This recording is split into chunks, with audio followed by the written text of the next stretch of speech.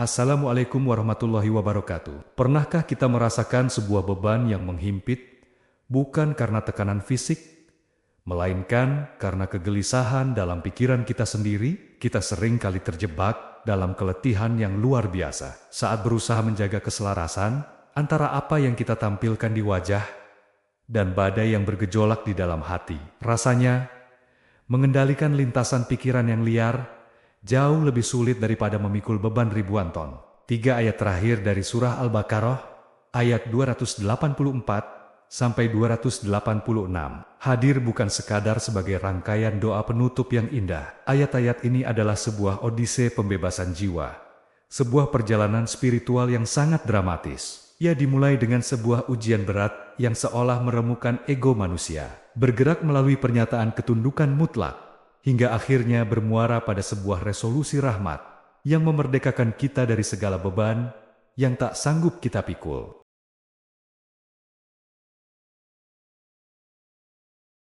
Mari kita mulai membedah makna ayat 284. Lillahi ma fis samawati wa ma fil ard.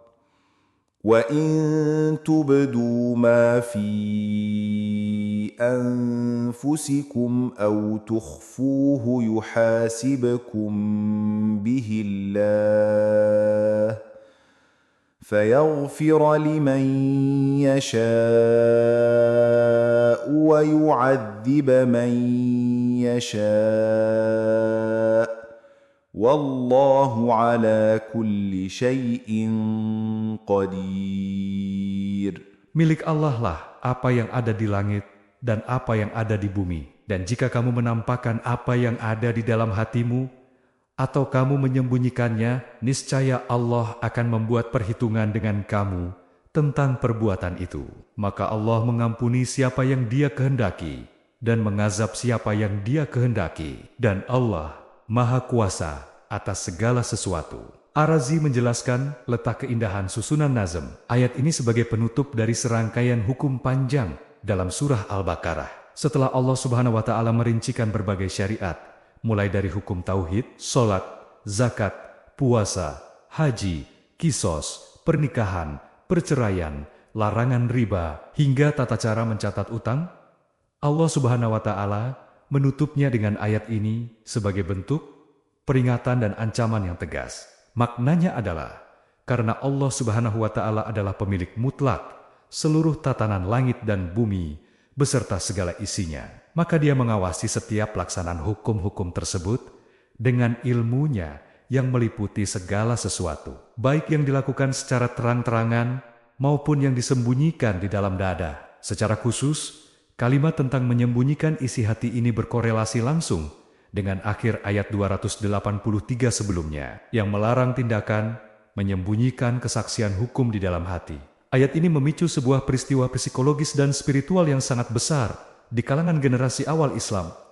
Diriwayatkan dari Ibnu Abbas bahwa ketika ayat ini turun, dampaknya terasa sangat berat dan meremukkan hati para sahabat. Tokoh-tokoh besar seperti Abu Bakar, Umar bin Khattab, Abdurrahman bin Auf, dan Muadz bin Jabal datang menemui Rasulullah SAW dalam keadaan sangat cemas. Mereka mengadu, "Wahai Rasulullah, selama ini kami dibebani dengan amalimal yang masih sanggup kami pikul. Namun kini, jika kami benar-benar dihisab dimintai pertanggungjawaban atas setiap hal yang terlintas di dalam hati kami, maka kami pasti binasa karena kami tidak memiliki kendali atas pikiran kami sendiri." Mendengar aduan tersebut, Rasulullah SAW memberikan teguran spiritual yang keras agar mereka tidak meniru pembangkangan umat terdahulu. Beliau bersabda, "Apakah kalian hendak mengatakan seperti apa yang dikatakan oleh Bani Israel, Samina wa Asaina, kami dengar dan kami langgar? Katakanlah oleh kalian, Samina wa Atana, kami dengar dan kami taat." Mendengar instruksi Nabi tersebut, para sahabat langsung menekan ego rasional mereka dan memaksakan diri untuk berserah diri secara total, mengucapkan, "Kami dengar dan kami taat." Karena kepatuhan tanpa syarat inilah, Allah Subhanahu wa Ta'ala kemudian memberikan rahmatnya dengan menurunkan ayat penutup. Ayat 286. Allah tidak membebani seseorang, melainkan sesuai dengan kesanggupannya.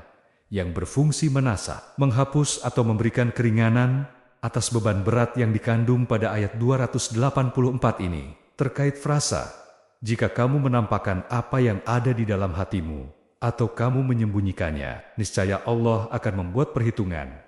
Para ulama merumuskan batasan sejauh mana manusia dihisab atas isi hatinya. Terdapat dua jenis isi hati yang berstatus hukum berbeda, tekad kuat dan niat disengaja. Jika sebuah keburukan terlintas di hati, lalu akal menyetujuinya, mengendapkannya, dan orang tersebut bertekad kuat untuk mewujudkannya dalam tindakan, meskipun akhirnya gagal karena faktor eksternal, maka manusia akan dihisab dan dihukum atas niat yang mengakar di hatinya tersebut. Ini termasuk dosa-dosa hati murni seperti hasad dengki, kesombongan, atau merencanakan kejahatan. Lintasan pikiran, bisikan hati, jika pikiran buruk atau keraguan itu hanya sekadar lewat dan menyelinap masuk ke dalam pikiran tanpa diundang, namun orang tersebut sebenarnya membencinya, merasa terganggu, dan berusaha menepisnya, maka hal tersebut dimaafkan dan tidak akan dihukum. Manusia tidak dituntut untuk melakukan sesuatu di luar batas kemampuannya, karena mencegah datangnya sebuah lintasan pikiran secara mutlak adalah hal yang mustahil bagi tabiat manusia. Ayat ini diakhiri dengan ketetapan, maka Allah mengampuni siapa yang Dia kehendaki dan mengazab siapa yang Dia kehendaki, dan Allah Maha Kuasa atas segala sesuatu. Ar-Razi menjelaskan bahwa ayat ini merupakan fondasi akidah yang membantah kelompok-kelompok yang mencoba membatasi kehendak Allah Subhanahu wa Ta'ala. Keputusan untuk mengampuni dosa, baik dosa lahiriah maupun dosa batin, atau menjatuhkan azab adalah hak prerogatif murni milik Allah Subhanahu wa Ta'ala, bukan sesuatu yang wajib atasnya. Bagi orang-orang yang beriman namun membawa dosa besar, nasib mereka sepenuhnya bergantung pada kehendak Allah Subhanahu wa Ta'ala. Dia bisa saja menghukum mereka terlebih dahulu atas dosa tersebut, atau memberikan rahmat ampunannya secara langsung, tanpa azab sama sekali. Frasa ini menegaskan kesempurnaan kekuasaannya, yang tidak tunduk pada dikte siapapun di alam semesta. Kita lanjut bedah makna ayat 285. آمن الرسول بما أنزل إليه من ربه والمؤمنون كل آمن بالله وملائكته وكتبه ورسله لا نفرق بين أحد من رسله وقالوا سمعنا وأطعنا غفرانك ربنا وإليك المصير. Rasul telah beriman kepada Al-Quran yang diturunkan kepadanya dari Tuhannya, demikian pula orang-orang yang beriman. Semuanya beriman kepada Allah, malaikat-malaikatnya, kitab-kitabnya, dan rasul-rasulnya. Mereka mengatakan, kami tidak membeda-bedakan antara seseorang pun dengan yang lain dari rasul-rasulnya. Mereka juga berkata, kami dengar dan kami taat. Ampunilah kami, wahai Tuhan kami, hanya kepadamu tempat kami kembali. Seperti yang dibahas pada ayat sebelumnya, ayat 284. Para sahabat sempat merasa sangat cemas dan terguncang karena diwajibkan mempertanggungjawabkan setiap lintasan pikiran dan isi hati mereka. Namun, alih-alih menolak atau memprotes syariat tersebut, seperti umat-umat terdahulu, mereka memaksakan ego mereka untuk tunduk dan berserah diri. Ayat 285 ini adalah deklarasi ilahi bahwa ketundukan hati mereka telah diterima dan diabadikan sebagai standar keimanan yang sejati. Ayat ini merincikan fondasi keyakinan umat Islam. Semuanya beriman kepada Allah, malaikat-malaikatnya, kitab-kitabnya, dan rasul-rasulnya. Razi menjelaskan bahwa urutan penyebutan keempat elemen ini bukanlah sebuah kebetulan, melainkan sebuah hierarki logis dan teologisis yang sangat presisi. Beriman kepada Allah, ini adalah akar dari segala keimanan. Manusia harus meyakini keberadaan Sang Pencipta yang memiliki kesempurnaan mutlak, terbebas dari segala kelemahan, dan memiliki kekuasaan penuh atas alam semesta. Beriman kepada malaikat, setelah menetapkan adanya Tuhan, manusia harus mengimani adanya entitas spiritual yang suci, maksum, dan tidak pernah bermaksiat, yang bertugas sebagai pembawa amanah wahyu dari Allah Subhanahu wa Ta'ala kepada manusia. Beriman kepada kitab-kitab, wahyu yang dibawa oleh malaikat tersebut mengambil bentuk sebagai kitab suci seperti Taurat, Injil, dan Al-Quran. Mengimaninya berarti meyakini bahwa isi kitab tersebut adalah firman Allah yang suci, terbebas dari sihir, tipu daya setan, maupun campur tangan hawa nafsu. Beriman kepada Rasul. Kitab suci tersebut pada akhirnya diturunkan kepada manusia pilihan atau Rasul. Mengimani Rasul berarti meyakini bahwa mereka adalah manusia terbaik, terjaga dari dosa, dan diutus khusus untuk menjelaskan serta mempraktikkan hukum-hukum Allah Subhanahu wa Ta'ala di muka bumi. Sikap umat Islam dideklarasikan secara tegas. Dalam lanjutan ayat, mereka mengatakan, kami tidak membeda-bedakan antara seseorang pun dengan yang lain dari rasul-rasulnya. Pernyataan ini adalah bantahan keras terhadap metode beragama orang-orang Yahudi dan Nasrani. Orang Yahudi mempercayai Musa, namun mendustakan Isa dan Muhammad. Sementara orang Nasrani mempercayai Musa dan Isa, namun menolak kenabian Muhammad. Bagi umat Islam, seluruh utusan Allah Subhanahu wa Ta'ala membawa esensi risalah yang sama. Tauhid, menolak satu nabi, sama dengan menolak keseluruhan risalah ketuhanan. Konsep ini menetapkan umat Islam sebagai pewaris tunggal dan pengawal tradisi para nabi yang utuh. Puncak dari keimanan para sahabat direkam dalam kalimat, dan mereka mengatakan, kami dengar dan kami taat. Ar-Razi menjelaskan bahwa kami dengar samina mewakili kesempurnaan, ilmu, penerimaan informasi ilahi secara utuh, tanpa penolakan akal. Sedangkan kami taat atana mewakili kesempurnaan, amal, kepatuhan fisik, dan ketundukan total pada syariat. Pendengaran di sini bukanlah sekadar tangkapan telinga fisik, melainkan pendengaran hati yang langsung melahirkan kepatuhan. Satu hal yang sangat menarik dari segi psikologi spiritual adalah frasa penutup dari ayat ini. Tepat setelah mereka mengikrarkan iman yang sempurna dan ketaatan yang total, samina wa ta'na, mereka justru langsung memohon ampun. Ampunilah kami ya Tuhan kami, Ghufranaka Rabbana. Ar-Razi mengupas paradoks ini.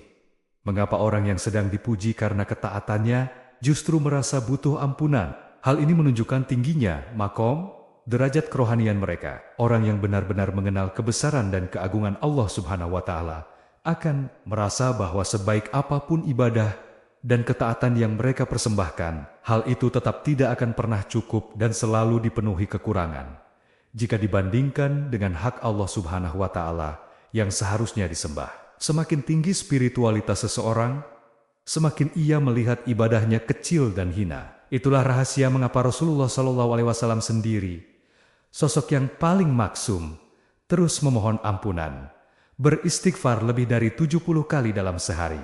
Secara tata bahasa, kata Ghufranaka menggunakan bentuk masdar yang dibaca nasab objek dengan membuang kata kerjanya, seperti kami memohon ampunanmu. Pembuangan kata kerja ini menyiratkan kepanikan yang indah, urgensi, kerendahan hati, dan doa yang diucapkan secara terus-menerus tanpa putus. Ayat ini dipungkas dengan kalimat wa ilaikal masir, dan hanya kepadamulah tempat kembali. Ini adalah bentuk pengetahuan tertinggi seorang hamba, di mana mereka menyadari bahwa dunia hanyalah tempat persinggahan untuk membuktikan ketaatan. Sementara hasil sesungguhnya, pembalasan yang adil baru akan terjadi kelak saat mereka berdiri mempertanggungjawabkan segalanya di hadapan Allah Subhanahu wa Ta'ala. Wahi wabarakatuh. Kita lanjut bedah makna ayat 286.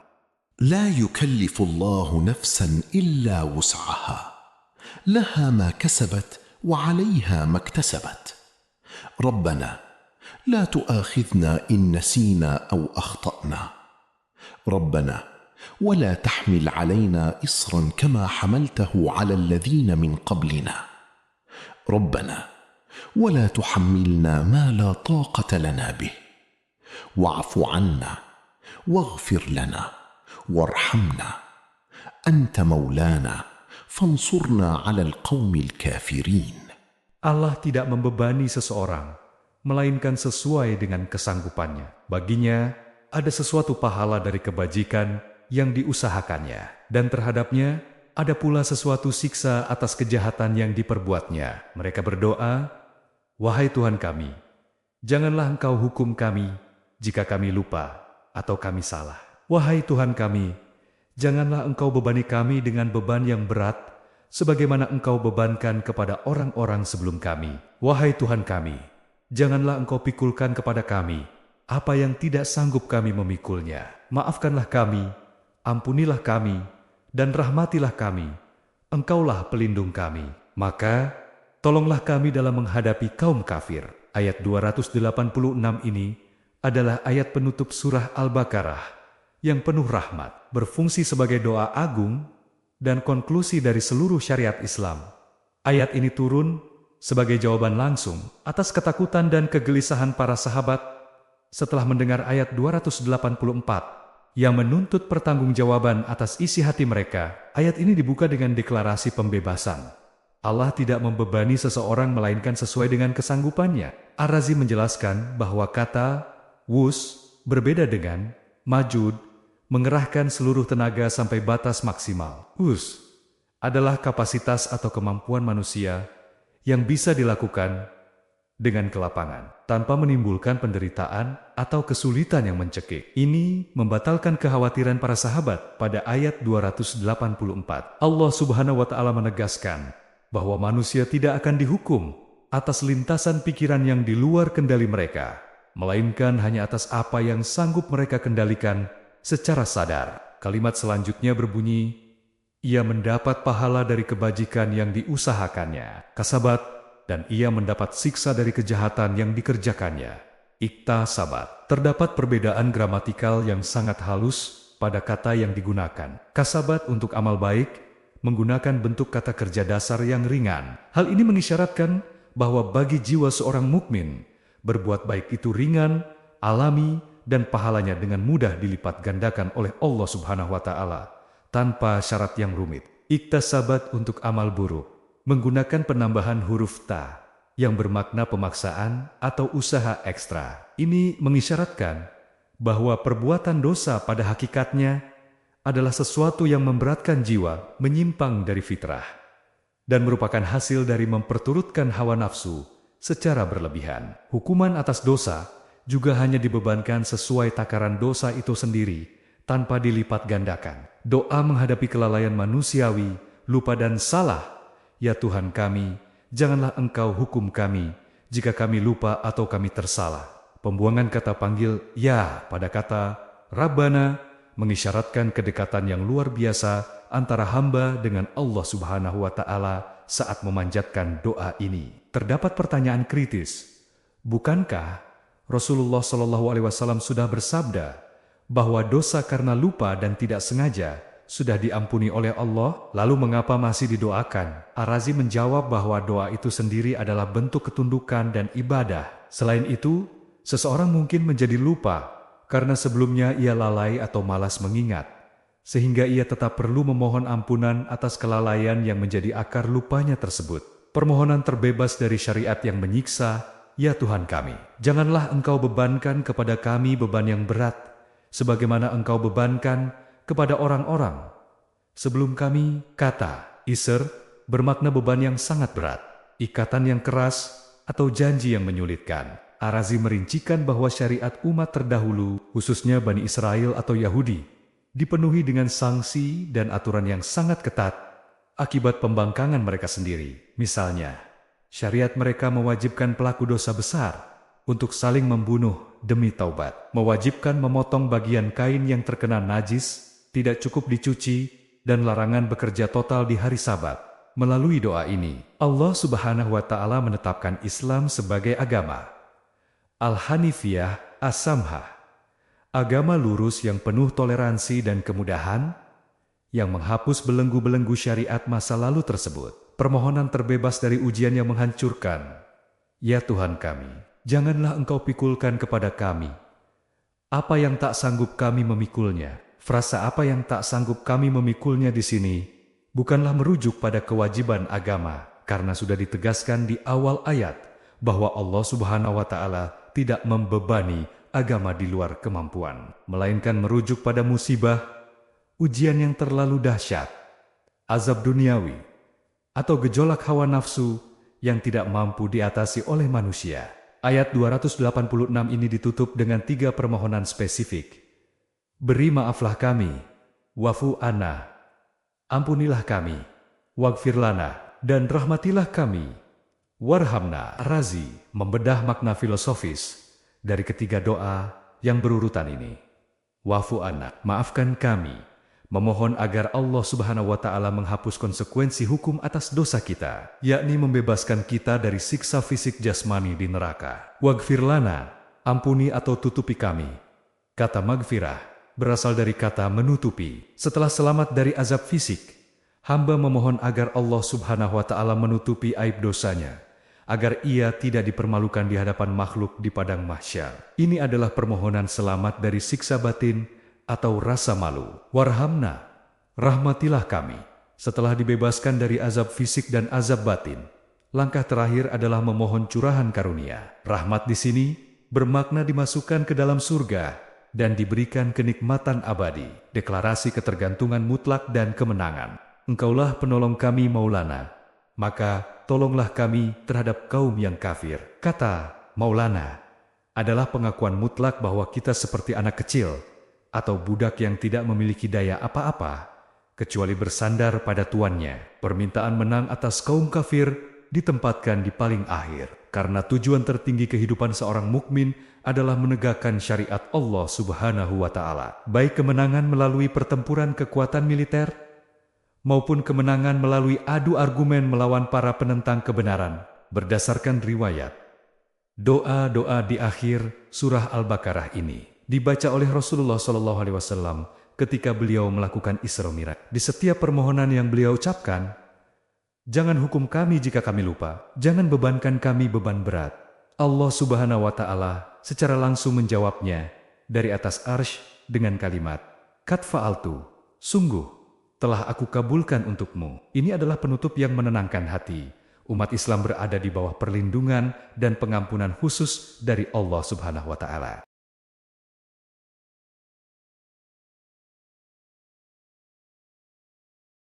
Pelajaran pertama, ujian terberat saat pikiran menjadi hitungan. Perjalanan spiritual ini diawali pada ayat 284 dengan sebuah standar pertanggungjawaban yang tampak mengerikan bagi jiwa manusia. Allah Subhanahu wa Ta'ala menyatakan bahwa apapun yang kita tampakkan atau bahkan yang kita sembunyikan dalam relung hati yang paling dalam, semuanya akan masuk dalam perhitungannya. Ketika ayat ini turun, sejarah mencatat keguncangan hebat yang dialami oleh para sahabat terdekat. Nabi sosok-sosok besar seperti Abu Bakar, Umar bin Khattab, Abdurrahman bin Auf, hingga Muadz bin Jabal datang menemui Rasulullah dalam kondisi batin yang hancur. Mereka merasa sanggup jika harus menjalankan ibadah fisik yang berat, namun merasa mustahil jika harus mempertanggungjawabkan setiap kilasan pikiran buruk atau bisikan hati yang tak terkendali. Disinilah letak ujian ego yang sesungguhnya. Rasulullah SAW melarang mereka untuk mendebat perintah tersebut. Dengan logika perlawanan yang mempertanyakan keadilan Tuhan, beliau menuntut sebuah ketundukan mutlak. Apakah kalian hendak berkata seperti perkataan Bani Israel? Kami dengar dan kami langgar? Katakanlah, kami dengar dan kami taat. Samina wa atana. Pesan filosofisnya sangat dalam. Rahmat ilahi hanya akan turun setelah manusia bersedia menanggalkan ego intelektualnya. Ini adalah prinsip di mana ketaatan harus mendahului rasionalisasi. Pembebasan dimulai saat kita berhenti mencoba melogikakan segala sesuatu dan mulai menaruh kepercayaan penuh kepada Sang Pencipta. Pelajaran kedua, arsitektur iman yang inklusif. Setelah ego manusia hancur melalui pernyataan Samina wa atana, hati menjadi lapang dan siap menerima visi yang lebih besar. Ayat 285 segera membangun sebuah arsitektur iman yang sangat luas dan inklusif. Iman dalam Islam bukan sekadar keyakinan sempit, melainkan pengakuan terhadap seluruh silsilah kebenaran, mulai dari malaikat, kitab-kitab terdahulu, hingga seluruh rasul tanpa terkecuali.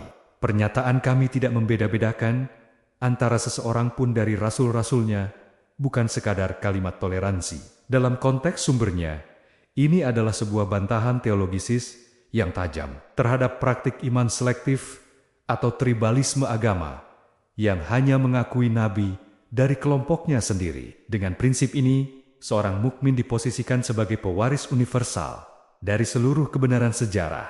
Kita merangkul semua rasul sebagai satu kesatuan, menghapus sekat-sekat diskriminasi yang seringkali mengotori institusi keagamaan. Pelajaran ketiga, paradoks indah, meminta maaf di puncak ketaatan. Ada sebuah fenomena psikologis yang sangat menyentuh di ujung ayat ke-285, tepat setelah menyatakan kepatuhan total, samina wa atana. Orang-orang beriman tidak merasa bangga, melainkan justru segera memohon ampun. Ghufranaka Rabbana, ampunilah kami, ya Tuhan kami. Ini adalah sebuah paradoks spiritual yang indah. Secara logika, mengapa seseorang yang sedang berada di puncak ketaatan dan sedang dipuji oleh Tuhan justru merasa perlu bertaubat? Para mufasir menjelaskan bahwa ini adalah tanda matangnya pertumbuhan jiwa. Semakin seseorang mengenal kebesaran dan keagungan ilahi, semakin ia menyadari betapa kerdil, cacat, dan tidak sepadannya segala usaha yang ia lakukan. Ketaatan sejati justru membunuh kesombongan ibadah. Ia melahirkan kerendahan hati yang mendalam, di mana semakin tinggi derajat spiritual seseorang, semakin kecil ia merasa di hadapannya. Pelajaran keempat, psikologi kebaikan dan beban dosa. Sebagai jawaban atas ketulusan manusia yang telah menundukkan egonya, Allah Subhanahu wa Ta'ala menurunkan undang-undang pembebasan. Pada ayat 286, Allah tidak membebani seseorang melainkan sesuai dengan kesanggupannya.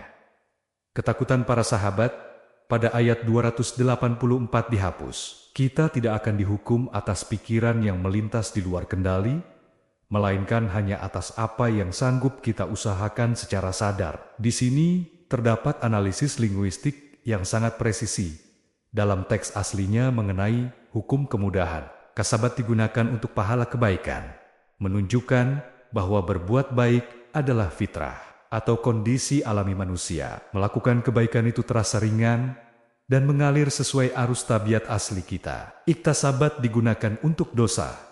Kata ini mengandung makna usaha ekstra atau pemaksaan. Ini menunjukkan bahwa berbuat maksiat sebenarnya adalah tindakan yang melawan arus fitrah, sangat membebani jiwa, dan membutuhkan pemaksaan hawa nafsu yang melelahkan. Singkatnya, kebaikan adalah keadaan alami kita yang memerdekakan, sedangkan dosa adalah beban tambahan yang kita paksakan pada diri kita sendiri. Pelajaran kelima, 3 tangga menuju pembebasan total.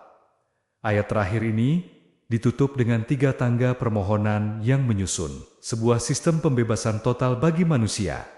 Wafu anna, maafkan kami. Permohonan untuk dibebaskan dari konsekuensi fisik atau hukuman lahiriah atas dosa-dosa kita. Waghfir lana, ampuni kami. Secara harfiah berarti tutupi kami. Ini adalah doa agar Allah Subhanahu wa Ta'ala menjadi penutup aib kita. Setelah selamat dari hukuman fisik, kita memohon agar martabat dan kehormatan jiwa kita dilindungi, sehingga kita selamat dari azab rohani, berupa rasa malu di hadapan semesta. Warhamna, rahmatilah kami.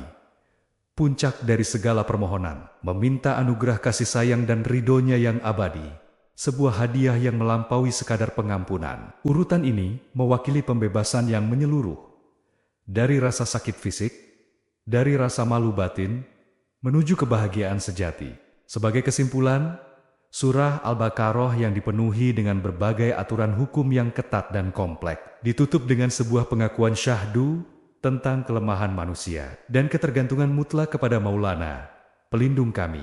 Perjalanan ini mengajarkan kita bahwa sehebat apapun usaha manusia untuk taat, keselamatan kita pada akhirnya adalah hasil dari resolusi rahmatnya. Sebagai refleksi akhir, jika fitrah asli kita sebenarnya dirancang untuk kebaikan yang ringan dan damai, maka topeng berat apa yang sedang kita paksakan untuk kita pakai hari ini? Mengapa kita menghabiskan begitu banyak energi untuk hal-hal yang justru memberatkan dan menghancurkan jiwa kita? Kembalilah pada kemudahan itu, karena di ujung kepasrahan ada rahmat yang tak bertepi. Terima kasih sudah menyimak. Sampai jumpa di video berikutnya. Wassalamualaikum warahmatullahi wabarakatuh.